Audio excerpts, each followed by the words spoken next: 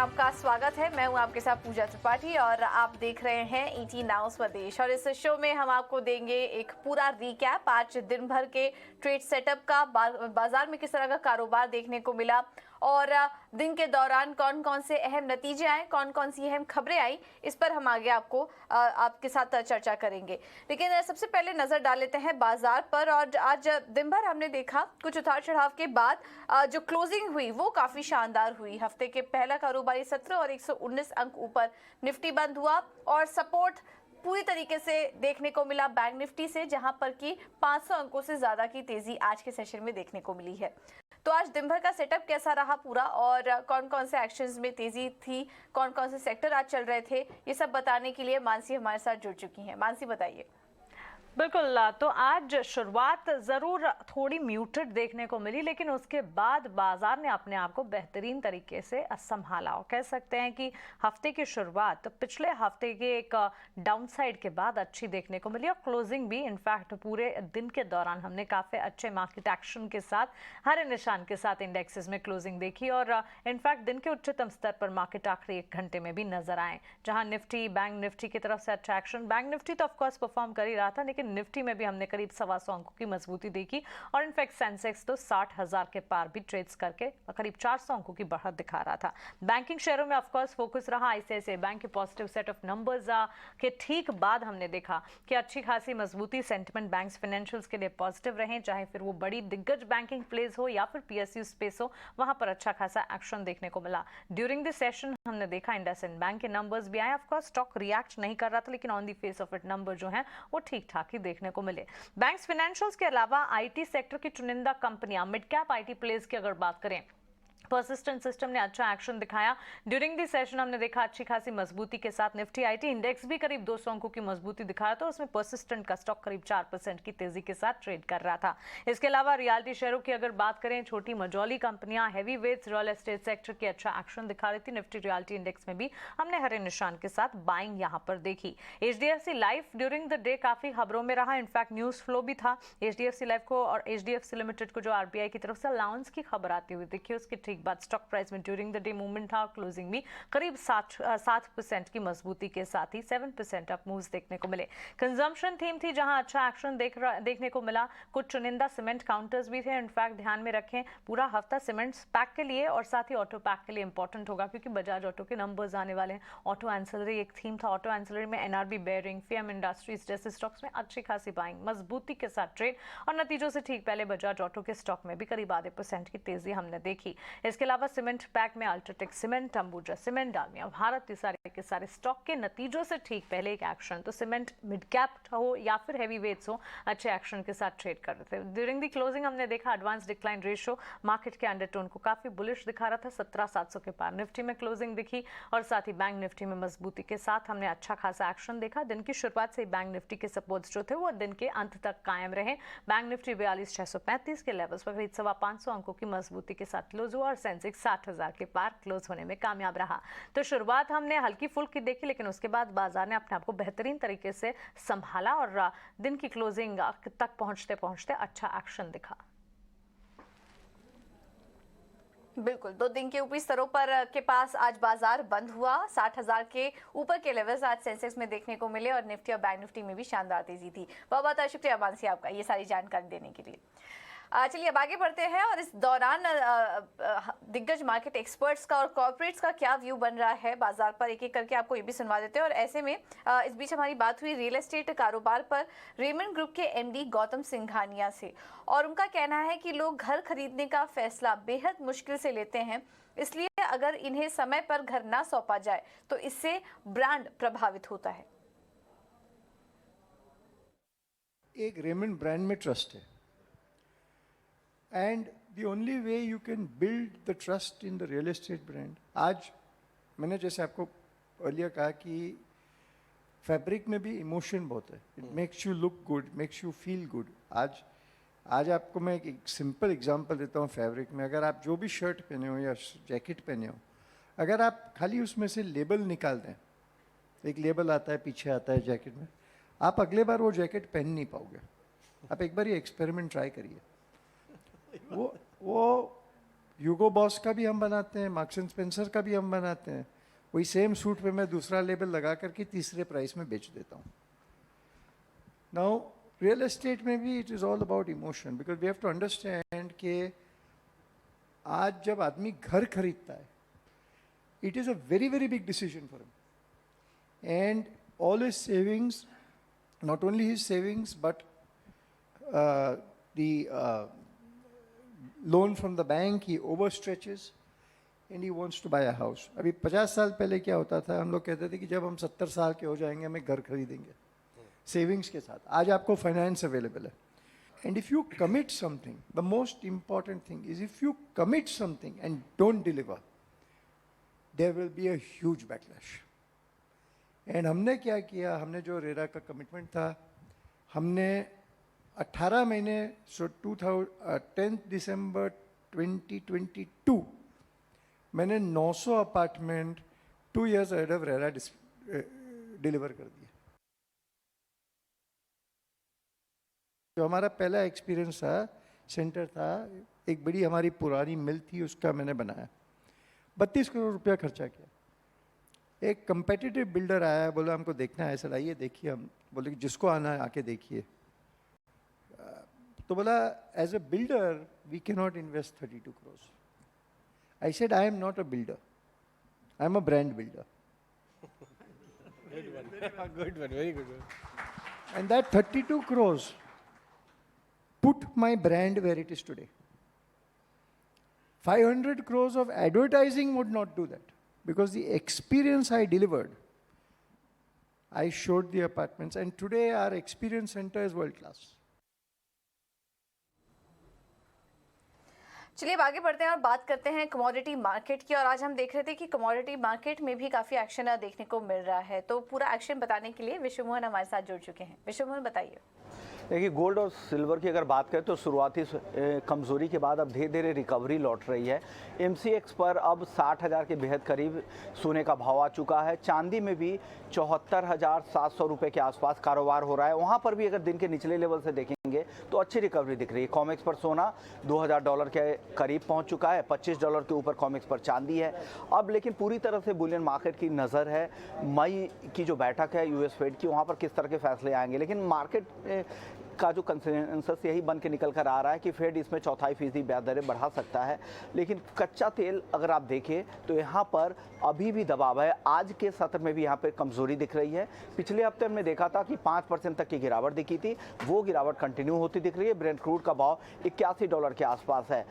वहाँ global growth को लेकर चिंता से, साथ ही US के हाल के जो नंबर्स आए थे, इकोनॉमिक नंबर्स, उससे चिंता है। लग रहा है कि मांग यहाँ पर कम हो सकती है। लेकिन चाइना एक ऐसा फैक्टर है जो क्रूड कीमतों को सपोर्ट कर सकता है, क्योंकि चाइना में इंपोर्ट के जो नए आंकड़े आए हैं, चाहे वो सऊदी अरब से हो, रूस से हो, रोजाना दोनों ही देशों से 20-20 लाख बैरल इंपोर्ट हो चुका है। तो एक अच्छा वहाँ पे ग्रोथ दिख रहा है, ग्रीन शूट दिख रहा है कच्चे तेल को लेकर, और लग रहा है कि वहाँ से डिमांड की रिकवरी आएगी। लेकिन ओवरऑल ग्लोबल डिमांड को लेकर कच्चे तेल के लिए चिंता बरकरार है।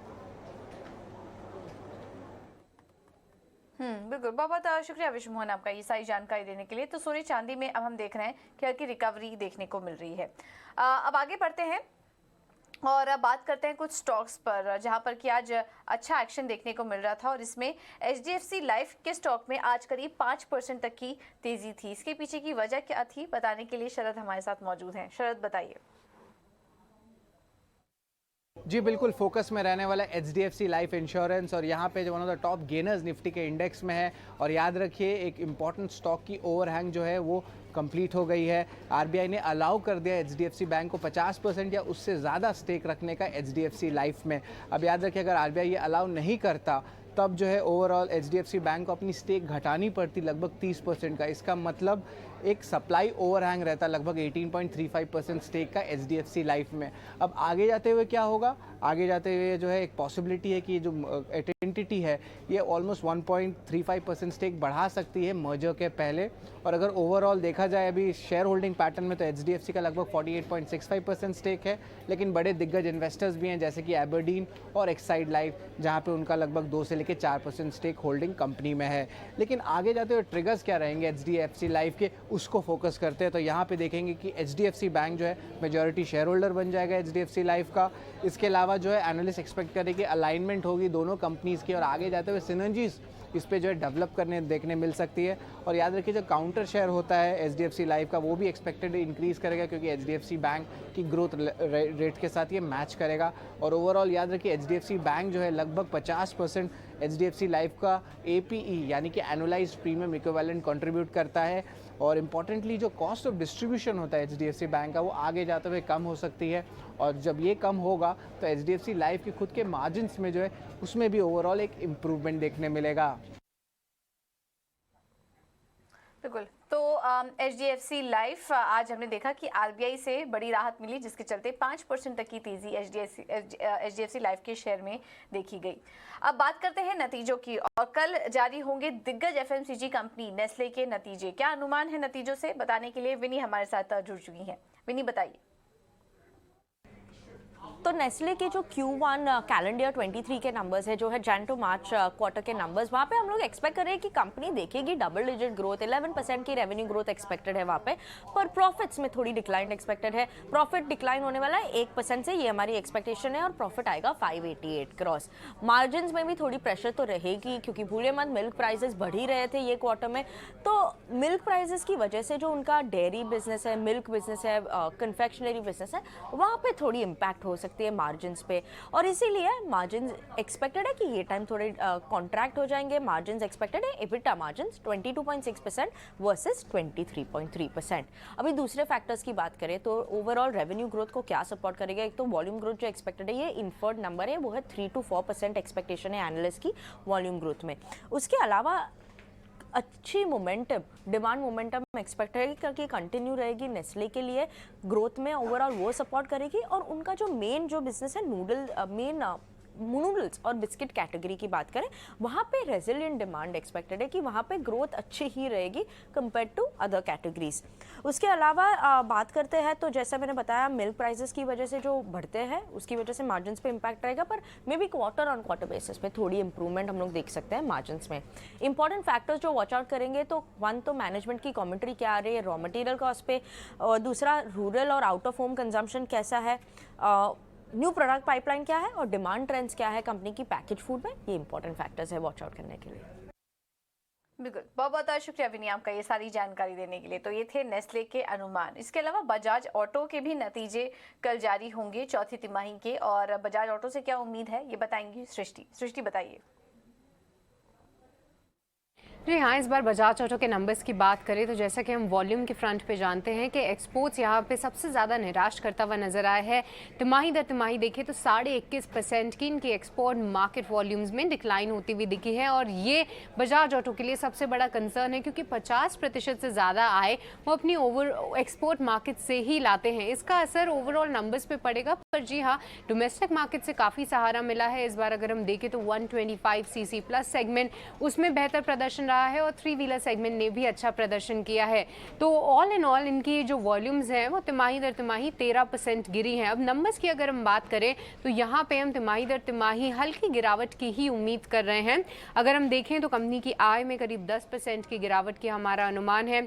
EBITDA नंबर में 11.5% की गिरावट की उम्मीद कर रहे हैं, और इनके मार्जिन की फिगर की बात करें तो पिछले क्वार्टर 19.1% पे रिकॉर्ड मार्जिन कंपनी ने दर्ज किए थे। इस बार थोड़े से कम 18.7% हमारी उम्मीद है, और आखिरी में प्रॉफिट फिगर में भी गिरावट के साथ 1412 करोड़ हमारा अनुमान है कि कंपनी अपना मुनाफा घोषित कर सकती है। अब बात करें कि कौन से ऐसे अहम फैक्टर्स रहेंगे जहां पे आपको नजर रखनी है, तो मार्जिन 18.7% जो हमारी उम्मीद है उससे अगर कोई सरप्राइज सामने आता है क्योंकि कंपनी ने प्राइस हाइक भी लिया है, जो फॉरेन करेंसी है वो भी सपोर्टिव रही है, वो एक बड़ा फैक्टर होगा देखने के लिए। और इसके अलावा अगर देखें तो कंपनी के एक्सपोर्ट को लेकर क्या आउटलुक वो शेयर करती है वो भी अहम होगा, क्योंकि Q1 FY24 से लेकर कंपनी ने बोला था कि उनके एक्सपोर्ट्स में सुधार आना चाहिए। क्या वहाँ पे ऑलरेडी कोई सुधार आने लगा है, उस पर भी हमारी नज़र रहेगी। तो ये कुछ अनुमान है बजाज ऑटो को लेकर, जहाँ पे नए लॉन्चेस भी आने वाले समय में कंपनी प्लान कर रही है, उस पर और डिटेल्स का हम वेट करेंगे। पर स्टॉक प्राइस के लिहाज से बात करें तो ऑलरेडी 52 हफ्तों की ऊंचाई पे ट्रेड कर रहा है, तो काफ़ी इंटरेस्टिंग होगा बजाज ऑटो के नंबर्स को ट्रैक करना। ओके, थैंक यू श्रुति ये जानकारी देने के लिए। अब आगे बढ़ते हैं, बात करते हैं पावर सेक्टर की। और डिस्कॉम डिफॉल्ट होने पर जनरेशन कंपनियां एक्सचेंजों पर बिजली बेच सकती हैं। जेनकोस को वीकली बेसिस पर प्रोविजनल बिलिंग की मंजूरी मिलने की उम्मीद की जा रही है। ये एक्सक्लूसिव जानकारी हमारे हाथ लगी है और डिटेल्स के साथ प्रकाश प्रियदर्शी जुड़ चुके हैं। प्रकाश, बताइए। देखिए, सूत्रों के हवाले से जो जानकारी हमें मिल रही है उसके हिसाब से ऊर्जा मंत्रालय इलेक्ट्रिसिटी एक्ट के सेक्शन 11 का इस्तेमाल कर सकती है, खासकर उन पावर प्लांट्स के लिए जो डोमेस्टिक कोयले का इस्तेमाल कर रहे हैं। जैसा कि आपको पता है कि ऊर्जा मंत्रालय ने पहले ही उन पावर प्लांट्स के लिए सेक्शन 11 का इस्तेमाल किया है जो कि इम्पोर्टेड कोल पर चल रही हैं, लेकिन अब डोमेस्टिक कोयले का इस्तेमाल करने वाले जो पावर प्लांट्स हैं उनके लिए भी सेक्शन 11 का इस्तेमाल किया जा सकता है। और इसके पीछे का जो अहम मकसद है वो यही है कि पावर जनरेशन में तेज़ी लाई जाए, पावर प्लांट्स के पास कोयले की पर्याप्त उपलब्धता रहे, ताकि गर्मियों में जो इंक्रीज्ड पावर डिमांड की स्थिति दिख रही है उसको पूरी की जा सके। ऊर्जा मंत्रालय का आकलन है कि इस बार गर्मियों में जो पीक आवर पावर डिमांड है वो 230 गीगावाट के आंकड़े को पार कर सकता है।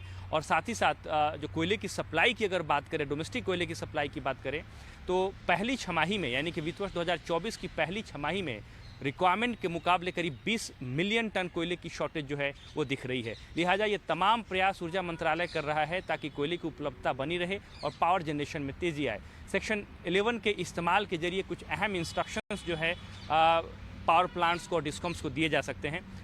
जनरेशन कंपनीज़ को इस बात की आज़ादी मिलेगी कि वो प्रोविजनल बिल्स जो हैं वो वीकली बेसिस पर तैयार करें। साथ ही साथ अगर डिस्कॉम जो वीकली बेसिस पर बिल तैयार किया गया है उसका 15% भी अगर पेमेंट करने में सक्षम नहीं होती हैं, वैसी सूरत में जनरेशन कंपनीज़ को इस बात की इजाज़त दी जाएगी कि वो 15% पावर जो है वो एक्सचेंजेज पर बेच ले।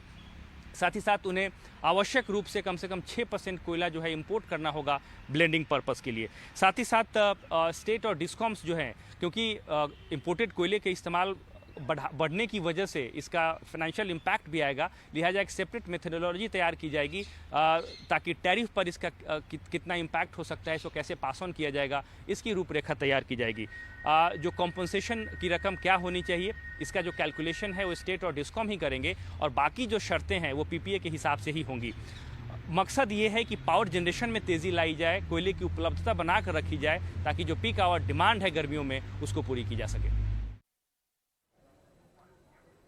बिल्कुल, बहुत बहुत शुक्रिया प्रकाश आपका ये सारी जानकारी देने के लिए। तो पावर कंपनियों के लिए, जनरेशन कंपनीज के लिए एक राहत की खबर।